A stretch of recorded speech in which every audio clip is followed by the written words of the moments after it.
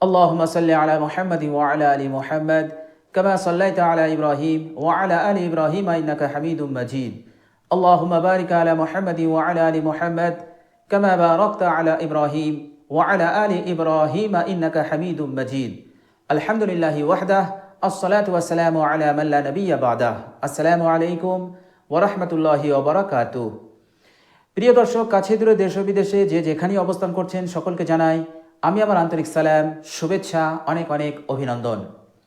প্রিয় দর্শক, বিশ্বনবী সাল্লাল্লাহু আলাইহি ওয়াসাল্লাম বলেছেন, 3 ব্যক্তি এমন আছে যাদেরকে দেখে আল্লাহ সুবহানাহু ওয়া তাআলা হাসেন।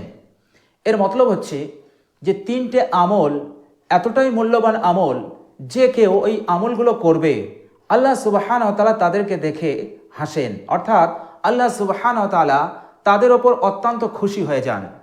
আর এই সুবর্ণ সুযোগে সেই বান্দা ও বান্দিরা আল্লাহ সুবহানাহু ওয়া তাআলার কাছে দোয়া করে নিজের সকল হাজতকে, নিজের সকল মনের বাসনা, আশা আকাঙ্ক্ষাকে পুরো করে নিতে পারে অতি সহজে, যেহেতু সেই সময় আল্লাহ সুবহানাহু ওয়া তাআলা তাদের ওপর অত্যন্ত খুশি থাকেন এবং সন্তুষ্ট থাকেন। তো এই সুবর্ণ সুযোগটা তারা কাজে লাগাতে পারে। তো প্রিয় দর্শক, সেই 3টে মূল্যবান আমল সম্পর্কে আমি আপনাদের সঙ্গে আজকে আলোচনা করব ইনশাআল্লাহ। প্রিয় দর্শক, হাদিস শরীফটি বর্ণনা করেছেন হযরত আবু সাঈদ খুদরি রাদিয়াল্লাহু তাআলা আনহু। তিনি বলছেন, ক্বালা রাসূলুল্লাহি সাল্লাল্লাহু আলাইহি ওয়াসাল্লাম সালাসাতুন ইয়াযহাকুল্লাহু ইলাইহিম। বিশ্বনবী সাল্লাল্লাহু আলাইহি ওয়াসাল্লাম বলছেন, 3 ব্যক্তিকে দেখে আল্লাহ সুবহানাহু ওয়া তাআলা হাসেন। ইয়াযহাকুল্লাহু ইলাইহিম, তাদেরকে দেখে আল্লাহ সুবহানাহু ওয়া তাআলা হাসেন। একজন হচ্ছে আর রাজুলু ইযা কামা বিল লাইলি ইসাল্লি, সেই ব্যক্তি যে রাতের ঘুমকে হারাম করে নরম বিছানা ছেড়ে আল্লাহ সুবহানাহু ওয়া তাআলাকে সন্তুষ্ট করার জন্য তাহাজ্জুদের নামাজ পড়ে। আল্লাহ সুবহানাহু ওয়া তাআলা এমন বান্দা ও বান্দীদেরকে দেখে হাসেন, অর্থাৎ তাদের ওপর তিনি প্রচণ্ডভাবে খুশি হয়ে যান। প্রিয় দর্শক, আর এই সুবর্ণ সুযোগে ওই বান্দা ও বান্দি যখন আল্লাহ সুবহানাহু ওয়া তাআলার কাছে দুহাত তুলে এই বলে দোয়া করে, হে আল্লাহ, আমার এই দুনিয়ার জীবনের মনের সকল আশাকে তুমি পুরো করে দাও, আমার জীবনের সকল হাজতকে তুমি পুরো করে দাও, হে আল্লাহ আমাকে অভাব মুক্ত করে দাও, হে আল্লাহ আমাকে রোজগার দাও, হে আল্লাহ রোজগার তো আছে কিন্তু রোজগারে বরকত নেই, হে আল্লাহ আমি বিপদগ্রস্ত, আমাকে বিপদ হতে মুক্তি দাও, হে আল্লাহ আমি ঋণগ্রস্ত, আমাকে ঋণ হতে মুক্তি দাও, হে আল্লাহ আমি মুসিবতগ্রস্ত, মুসিবত হতে আমাকে উদ্ধার করো। এই কথাগুলো যখন সে বলে, আল্লাহ সুবহানাহু ওয়া তাআলা তৎক্ষণাৎ কবুল করে নেন এবং তার সকল হাজতকে তিনি পুরো করে দেন। কেননা ওই সময় আল্লাহ সুবহানাহু ওয়া তাআলা তার ওপর অত্যন্ত খুশি হয়ে আছেন, তার ওপর সন্তুষ্ট হয়ে আছেন, আর এই সুযোগে বান্দার দোয়াগুলো কবুল হয়ে যায়। বলুন সুবহানাল্লাহ। বিশ্বনবী সাল্লাল্লাহু আলাইহি ওয়াসাল্লাম আরেকটা হাদিসে বলেছেন, বর্ণনাকারী হযরত জাবের রাদিয়াল্লাহু তাআলা আনহু, সামি'তু রাসূলুল্লাহি সাল্লাল্লাহু আলাইহি ওয়াসাল্লাম ইয়াকুল, আমি রাসূলুল্লাহ সাল্লাল্লাহু আলাইহি ওয়াসাল্লামকে বলতে শুনেছি, ইন্না ফিল লাইলি লাসাআতান লা ইউয়াফিকুহা রাজুলুম মুসলিমুন। বিশ্বনবী সাল্লাল্লাহু আলাইহি ওয়াসাল্লাম বললেন যে রাতে এমন একটা মূল্যবান সময় আছে, এমন একটা মূল্যবান ঘড়ি আছে, লামহা আছে, যদি কোনো মুসলমান সেই মূল্যবান সময়টা পেয়ে যায় আর সে যদি আল্লাহ সুবহানাহু ওয়া তাআলার কাছে দোয়া করে, ইয়াসআলুল্লাহা ফিহা খায়রাম মিন আমরিদ দুনিয়া ওয়াল আখিরাহ, আর সে কি দোয়া করলো? সে দোয়া করলো দুনিয়া এবং আখিরাতের জীবনের উন্নতির। হে আল্লাহ, এই দুনিয়ার জীবন এবং পরকালীন জীবন উভয় জীবনে আমার সকল নেক হাজতকে তুমি পুরো করে দাও, আমার মনের সকল নেক আশা আকাঙ্ক্ষাগুলোকে তুমি পুরো করে দাও।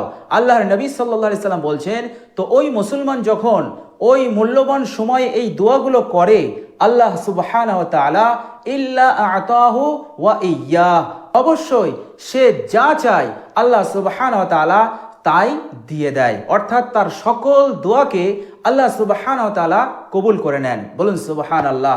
আল্লাহর নবী সাল্লাল্লাহু আলাইহি সাল্লাম বললেন, ইল্লা আতাহু ওয়া ইয়্যা। দেখুন, ইল্লা আতাহু মানে হচ্ছে যে আল্লাহ সুবহানাহু ওয়া তাআলা তাকে দান করবেন, আর ওয়া ইয়্যা এর মানে হচ্ছে অবশ্যই আল্লাহ সুবহানাহু ওয়া তাআলা তার সকল হাজতকে পুরো করে দেবেন। অর্থাৎ বিশ্বনবী সাল্লাল্লাহু আলাইহি ওয়াসাল্লাম তাকিদ দিয়ে বললেন, অবশ্যই, ওয়া ইয়াহ এর মতলবই হচ্ছে তাকিদ দিয়ে বলা।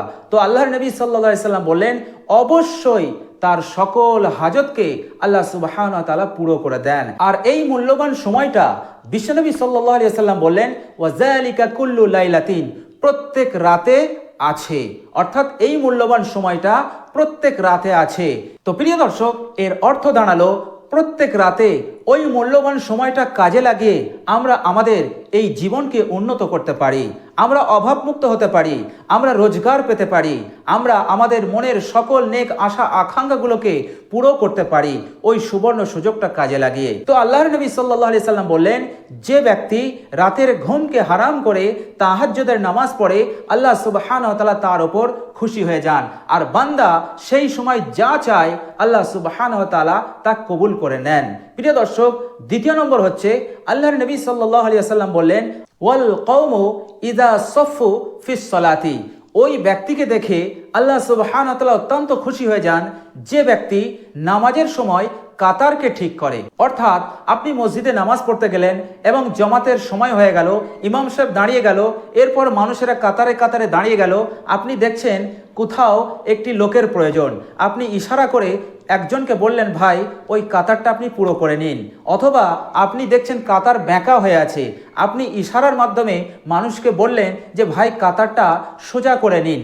ওই সময় আপনি যদি নামাজের কাতারগুলোকে সোজা করার চেষ্টা করেন আল্লাহ সুবহানাহু ওয়া তাআলা আপনাকে দেখে হাসেন, অর্থাৎ আপনার উপর অত্যন্ত খুশি হয়ে যান। আপনি যদি ওই সময় মনে মনে আল্লাহ সুবহানাহু ওয়া তাআলার কাছে এই দোয়াগুলো করে নিতে পারেন, আল্লাহ সুবহানাহু ওয়া তাআলা আপনার সব দোয়াকে কবুল করে নেবেন, কেননা ওই সময় আল্লাহ সুবহানাহু ওয়া তাআলা আপনার উপর অত্যন্ত খুশি হয়ে আছেন।